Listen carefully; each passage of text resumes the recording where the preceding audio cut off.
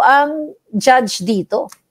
Kayo ang humusga kung ang tao bang mga ini-interview natin dito ay may mga kredibilidad at syempre yung kanyang naranasan siya admittedly siya ay na in love kay Tony Boy Florendo at niliwanag naman niya na nung siya ay pumasok sa relasyon ay hiwalay na sila nung kanyang asawa. At napakaganda yon kasi honest yung tao, walang pasikot-sikot, hinaharap niya kung ano yung realidad na pangyayari sa buhay niya. I think she's ready. Ayan, Miss Cathy, you're back. Okay. Hindi kita marinig. Hindi mo ako marinig? Yeah. Okay. I don't know why. Hindi mo ako marinig hanggang ngayon? Hindi Okay, baka, no, I think yung phone mo is, ayan, hello? Ayan.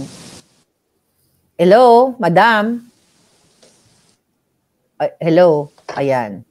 Sige, lagay mo na sa backstage habang inaayos niya kasi may nag-a-assist sa kanya.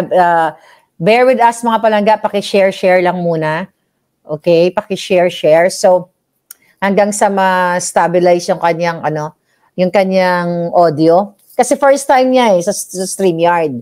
Kaya medyo baguhan siya dito sa technology na ito. Anyway, medyo nawala na siya. I hope makabalik siya. Mag-comment kayo. Ma'am Cathy, maraming salamat. Marami pong salamat. Okay. Mama Harlika, hello mga Gabriela Silang ng Pilipinas, sabi ni Palangga. Okay, I think she's back.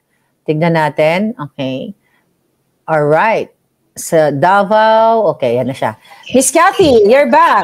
Yeah, kasi may tumawag. Sabi mo, oy, baka Wag muna kayo tumawag. Mukhang gusto talagang magorgor yung live natin. Anyway, hindi. Nakakaloka. So anyway, alam mo, based sa kwento mo, no, first part pa lang, nararamdaman ko yung strong personality mo, na sa kabila ng iyong alindog, ang liit mo, sabi ko, nakalahati yung katawan ko. Ando doon yung tapang Andun yung tapang ng isang babae, no, na nakakahanga-hanga.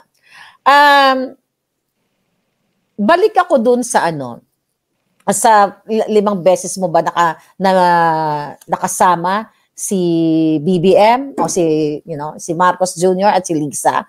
So yung pangalawang beses ninyong nagkita muli, natatandaan mo pa kung saan? Alam mo, to be honest, di ko na matandaan sa 10 years. Okay, yeah.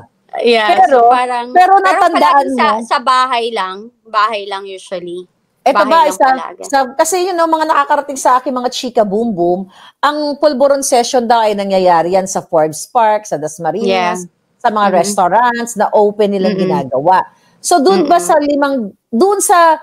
pagkakatanda mo na 5 beses mong nakasama o nakita sa isang party, sa isang event, itong si Bongbong Marcos at ito si Lisa, kasama yung ex-partner na si Tony Boy Florendo. So may kukwento mo ba sa amin kung ano yung talagang yung una, alarming talaga yun alarming na talaga yun. So doon ba sa mga pagkakataon na na-meet mo sila, nagpupulburon talaga sila? Well, sa grupo nila, yes. Oo, lahat sila. So, ako parang palagi ako may bad experience kasi pag kunwari, may gusto kong umuwi.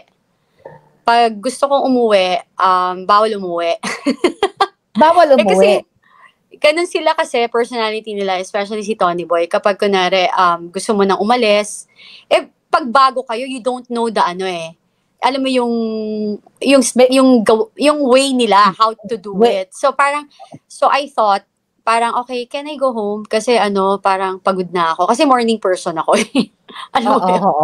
I sleep early. Ayun. Okay.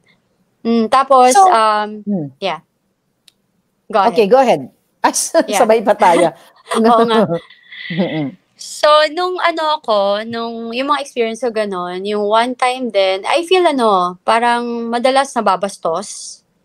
Alam mo yon na, kasi pag lasing na mamumura ka, or may lasing, may alcohol, and, yeah. Pinaghalo, alcohol at pulburon. Yeah, tapos, again, sabi ko nga, hindi ko to sinasabi because, gusto ko, it's a vengeance or whatever. I'm just speaking my truth.